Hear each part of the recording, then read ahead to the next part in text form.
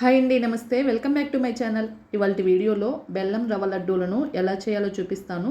చక్కెర లేకున్నా కూడా ఇలా బెల్లంతో చేసుకున్న రవ్వ లడ్డూలు చాలా సాఫ్ట్గా జ్యూసీగా వస్తాయి. పంచదారతో చేసిన రవ్వ లడ్డూలు ఎంత సాఫ్ట్గా వస్తాయో ఇలా బెల్లంతో చేసినా కూడా అంతే జ్యూసీగా వస్తాయి. ఇంకా లేట్ చేయకుండా ఈ బెల్లం రవ్వ లడ్డూలను ఎలా చేయాలో చూసేద్దాం. ముందుగా స్టవ్ ఆన్ చేసి ఇలా ఒక ప్యాన్ పెట్టుకొని ఇందులోకి 2 టేబుల్ స్పూన్స్ నెయ్యిని వేసుకోవాలి. అలాగే ఇందులోకి కొన్ని బాదం పప్పులను అలాగే కొన్ని జీడిపప్పులను కూడా వేసుకొని ఫ్లేమ్ని లోలోనే ఉంచుకొని వీటిని ఫ్రై చేసుకోవాలి. బాదం జీడిపప్పు కొంచెం వేగిన తర్వాత ఇందులోకి 1 టేబుల్ స్పూన్ వరకు కిస్మిస్లను కూడా వేసుకొని ఫ్రై చేసుకోవాలి. మీకు ఇష్టం ఉంటే బ్లాక్ కిస్మిస్లను కూడా వేసుకోవచ్చు.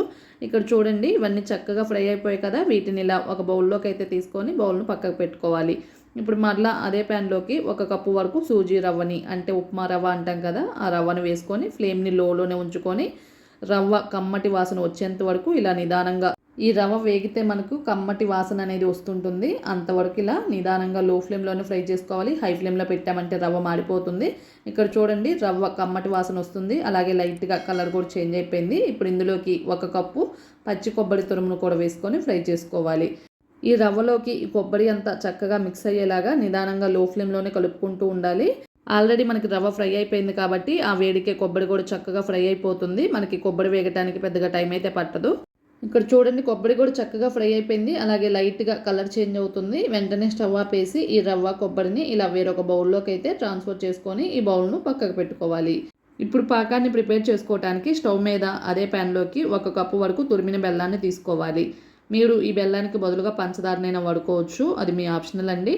ఇందులోకి 1/2 కప్పు నీళ్ళను వేసుకొని ఫ్లేమ్ని లోలోనే ఉంచుకొని బెల్లం కరిగేంత వరకు నిదానంగా కలుపుకుంటూ ఉండాలి.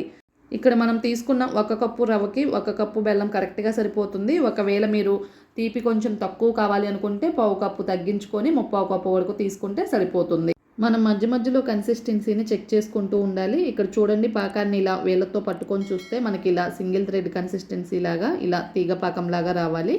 రవ్వ లడ్డూలకి ఇది సరైన కన్సిస్టెన్సీ. ఈ పాకం రాగానే వెంటనే స్టవ్ ఆపేసి ఇలా రవ్వ కొబ్బరి ఉన్న బౌల్లోకి ఇలా స్ట్రైనర్ని అయితే పెట్టుకొని ఈ బెల్లం సిరప్ను వడకట్టుకోవాలి. ఏదైనా డస్ట్ పార్టికల్స్ ఉంటే రిమూవ్ అయిపోతాయి. ఆల్రెడీ మనం నెయ్యిలో ఫ్రై చేసి పెట్టుకున్న ఈ డ్రై ఫ్రూట్స్ని కూడా వేసుకోవాలి. అలాగే మంచి ఫ్లేవర్ కోసం 1 హాఫ్ టీ స్పూన్ అంతా యాలకుల పొడిని కూడా వేసుకొని ఒకసారి అంతా చక్కగా గరిటెతో బాగా కలుపుకోవాలి.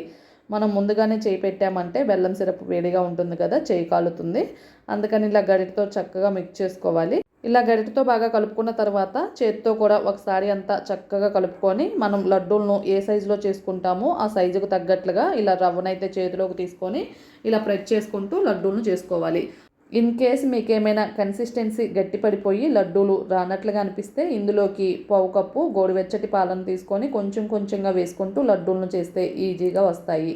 ఇక్కడ చూడండి, బెల్లం రవ్వ లడ్డూలు అయితే మనకి పర్ఫెక్ట్గా వస్తున్నాయి కదా. ఇదే విధంగా రవ్వ అయిపోయేంత వరకు సేమ్ ఇదే ప్రాసెస్లో రవ్వ లడ్డూలను అయితే చేసుకొని ప్లేట్లోకి తీసుకోవాలి. అంతేనండి, ఎంతో టేస్టీగా ఎంతో మృదువుగా బెల్లం రవ్వ లడ్డూలు అయితే రెడీ అయిపోయాయి. మనకి చక్కెర లేకున్నా కూడా ఇలా బెల్లంతో చేసిన రవ్వ లడ్డూలు ఎంతో సాఫ్ట్గా జ్యూసీగా ఉంటాయి. ఇక్కడ చూడండి, ఒకటి తుంచి చూపిస్తున్నాను. ఎంతో సాఫ్ట్గా మృదువుగా ఉంది కదా, చూస్తుంటేనే నోరూరిపోతుంది. మీకు ఇంట్లో ఏదైనా స్వీట్ తినాలనిపించినప్పుడు కానీ, లేదంటే ఏదైనా ఫెస్టివల్స్ అప్పుడు దేవుడికి నైవేద్యంగా కూడా చేసి పెట్టవచ్చు.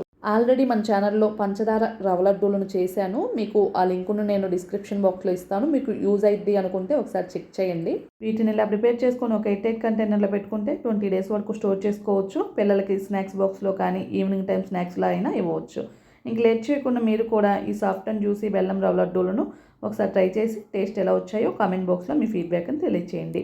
మీకు ఈ వీడియో నచ్చితే లైక్ చేయండి. అలాగే మీ ఫ్రెండ్స్కి రిలేటివ్స్కి షేర్ చేయండి. కొత్తగా మా ఛానల్ చూసే వాళ్ళు ఎవరైనా ఉంటే సబ్స్క్రైబ్ చేసుకోండి. Thank you for watching.